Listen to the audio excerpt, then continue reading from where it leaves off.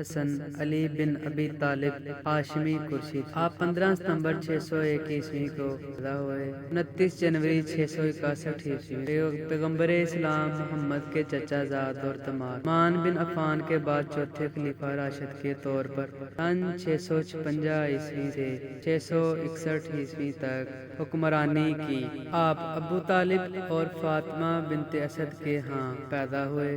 روایات کے مطابق علی مقدس ترین اسلامی شہر مکہ میں کعبہ کے اندر جائے حرم پیدا ہوئے۔ علی بچوں میں پہلے اسلام قبول کرنے والے تھے اور کچھ مصنفین کے مطابق پہلے مسلم۔ ابتدائی دور میں علی نے محمد صلی اللہ علیہ وسلم حفاظت اور ابتدائی مسلم برادری کی جانب سے لڑی گئی تقریباً تمام جنگوں میں حصہ لیا۔ مدینہ ہجرت کرنے کے بعد انہوں نے پیغمبر اسلام کی بیٹی فاطمہ زہرا سے شادی کی۔